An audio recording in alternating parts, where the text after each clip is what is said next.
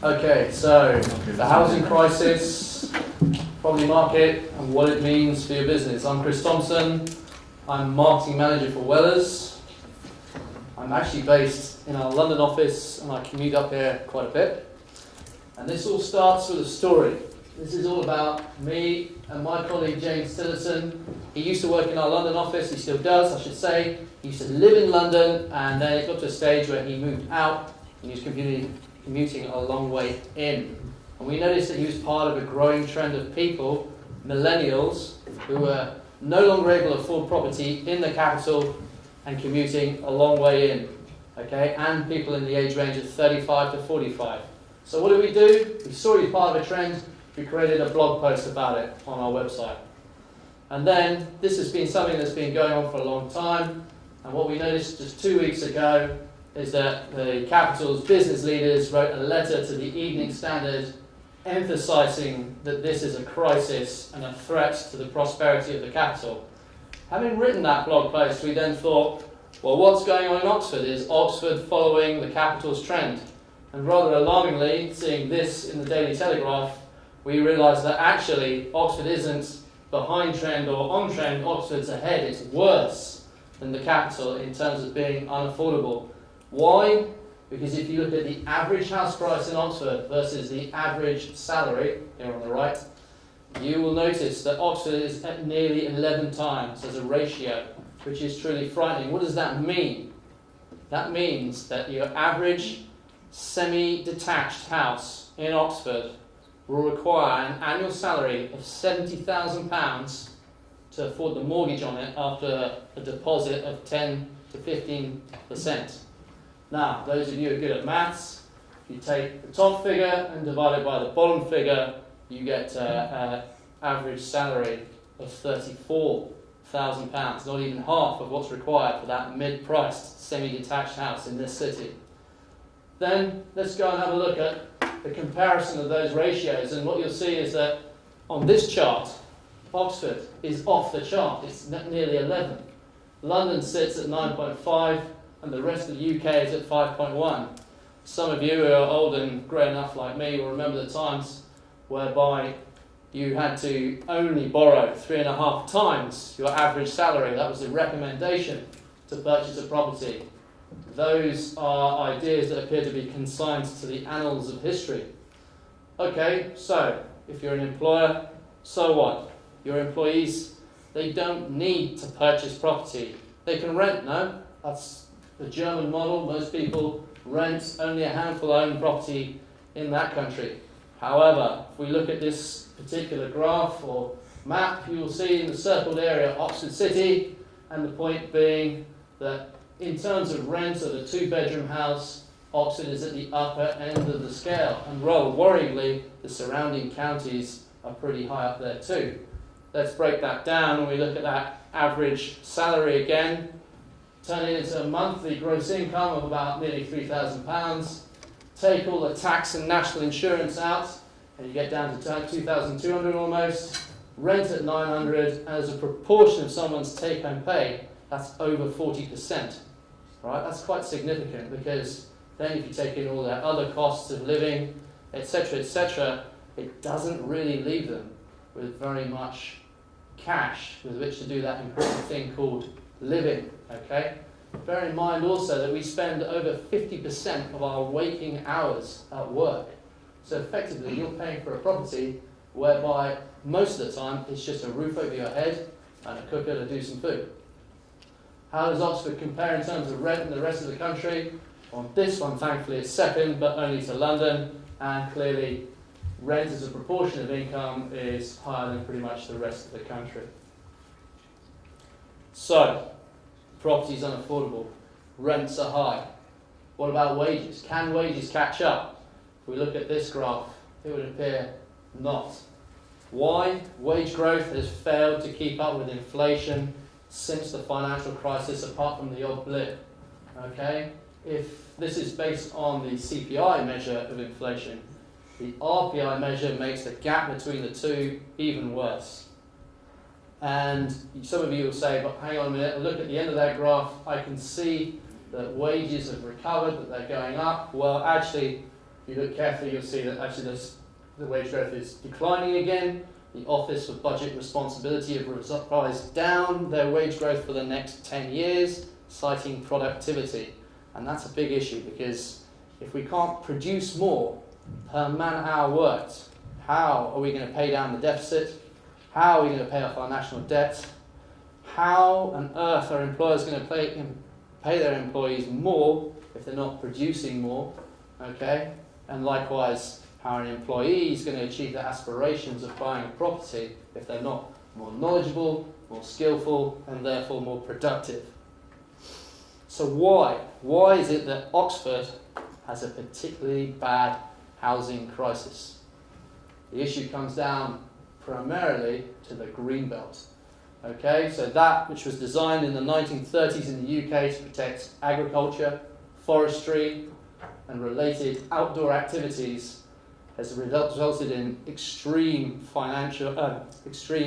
property planning in terms of restrictions, and that has meant that between 2013 and 2014, only one, as I understand it, affordable house was built in the city. Take-up of the government's Help to Buy scheme has been very much restricted. People say, well, why is that? They then say that the developers are producing properties that don't come under that scheme in terms of price range. The developers turn around and say there isn't the land, there isn't the space for us to build enough of those houses to be viable and profitable. So straight off, we have a problem. People then start looking to the outer locations, places like Woodstock, Ensham. The developers try and locate land there and begin the planning process, and straight up they come up against local councillors and local opposition. Right? Why?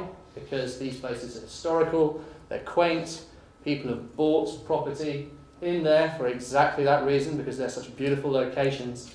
They don't want the short-term hassle of developers constructing mass houses on their sites. And more importantly, they don't want their towns to become part of Oxford's new urban sprawl. They don't want their places to look like Legoland in the future. So, as employees, your staff, they're forced again, because of potential restricted supply and unaffordable prices, to look further out. Places like Bicester, where prices are 35% lower than they are in Oxford, and Banbury, where apparently they are half the price. Didcot as well. The council responding, as part of their economic strategic plan, they're going to try and build 100,000 homes by 2031. And they claim that they want to build 1,000 homes a year in that time frame in the city. I'd be interested to see how they do that based on what I've just presented on. And what this means, ladies and gentlemen, is that if people are moving out to places like Bicester, Banbury, Didcot, they're having to move further out and travel further in. It's the rise of the commuter. We know from the census back in 2011 that nearly half the workforce in this city were commuting in and out. Okay? It's probably a lot greater than that now, because that was nearly 6 years ago. Furthermore, we all know, and you will all know and understand, the dirge, the pain that is the commute, the fact that there are only 4 roads that lead into Oxford, that 2 of those are susceptible to flooding. I know, I remember it. The fact that the flooding was so bad one year, it knocked out the railway line.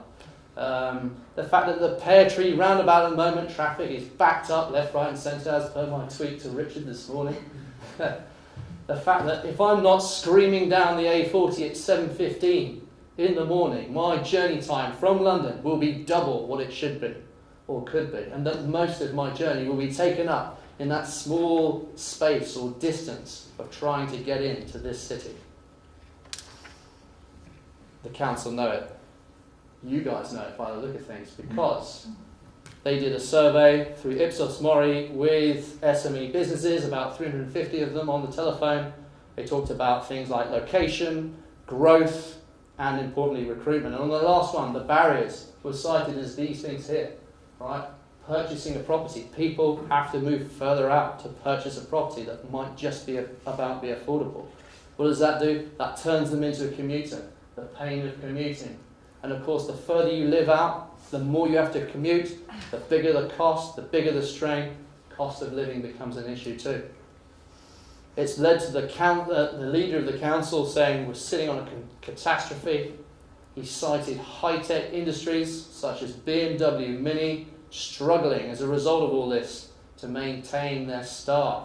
He also cited this fine institution, Oxford University, cannot find viable, suitable people for their very important research departments that are key to this county and key to the national economy as well. Think of the spin-outs that come out of them. Okay? In a BBC interview, Phil Southall, the man on the left here who runs Oxford Bus Company, said he had a dilemma. Either, based on the commuting issue, he put up his drivers' wages and passed that on in terms of ticket prices, thereby making the commute even more expensive, or he'd have to look at a radical solution, something like where he'd build his own dwellings for his employees to live in. That was in an interview with the BBC back in September. So, hopefully I've built up a good case that commuting's not looking too good. But if you still don't believe me, maybe look at the long-term possibility. If all these people are moving out of the city and going to locations that I've mentioned, they're taking their cash with them. That means more local taxes for those locations. That means improvements gradually in infrastructure. Think internet, Wi-Fi, train stations, train lines, motorways, roads, etc., etc. All these things will build up. Business hubs, thriving business scenes will emerge from these locations. What does that mean? That means that your high-skilled, knowledgeable employees, their heads may be turned. They may either see the same opportunity, job opportunity in those locations, or they may see the opportunity to start up themselves. And of course that's a problem for your business. Right? Your business is reliant on these people. When you start out, these brick walls in this diagram here, they represent investment where you need finance to get going.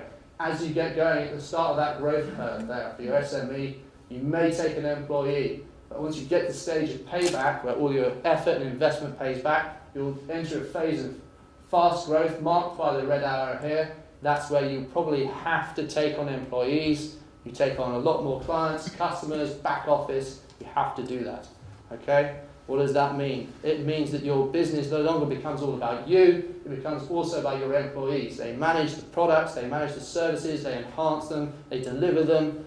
They are the people who deal with your clients, your customers. That means they're intrinsic to sales. It also means that they are the personification of your reputation. They are all about your relationships. You built the concept, your people helped you build a growing business. And as a wise owl once told me, the best businesses are the ones with the lowest staff turnover. Okay? You can't just think, oh well, I'll replace them. Okay? These are knowledgeable, skillful people. They're not easily replaceable. Okay? It's a bleak situation.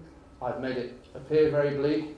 The time for action is now.